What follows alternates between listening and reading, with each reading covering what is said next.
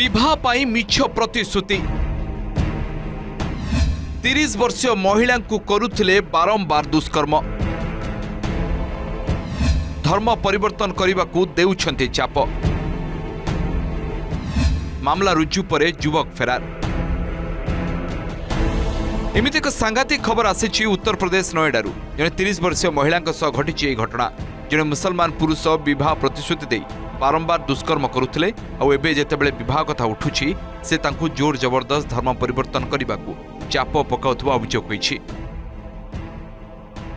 महिला अभियोग अनुଯାयी आसिफ तांकु बारंबार दुष्कर्म करिसेंति एवं विवाह पई तांकु धर्म परिवर्तन करने को चाप भी पकाउछंती। अभियोग पर नोएडार सेक्टर 113 पुलिस एक मामला रुजु करिछि एवं वर्तमान फेरार थिबा आसिफ को खोजिबा आरंभ करिछि। रिपोर्ट अनुसार महिला जनक 2019 मसीह फरीदाबाद रे जने युवक को विवाह करथिले किंतु सेमानक विवाह विच्छेद होई नथिले मध्य एबे सेमाने अलगा रहउछंती।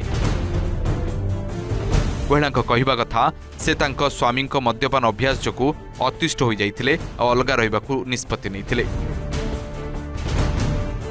महिला जनक नोएडा तांको झीओं सहित रहुथुवा बेले आउ सेक्टर 121 रे थिबा आसिफ एक सेलून मध्य काम करबा आरंभ करथिले। यारे भितरे उभयଙ୍କ भितरे हारिथिला मन आउ सेमानक मध्यरे गढ़ी उठिथिला प्रेम संपर्क परे सेमाने एकाठी रहिबा आरंभ करथिले।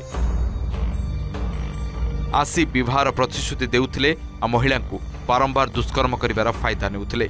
महिला जनक जेतेबेले विवाह पई कहउथिले आसिफ तांकु धर्म परिवर्तन करी इस्लाम हेबा पई चाप पकाउथिले। धर्म परिवर्तन न कले विवाह होई परिबो नाही बोली कहउथिले। हेले एतिक नुहे आसिफ तांकु जबरदस्ती कलमा पढ़ाउथिले और मारपीट मध्य करुथबा अभियोग होइछि। सेक्टर 113 थाना प्रभारी कहिछन्ते महिला अभियोग आधार एक मामला रुजु करा जाइछि। अभियुक्त एवं फेरार अछि ताकु खोजा चलिछि। अभियुक्त को खूब शीघ्र गिरफ्त करा जिवो। Report OTV.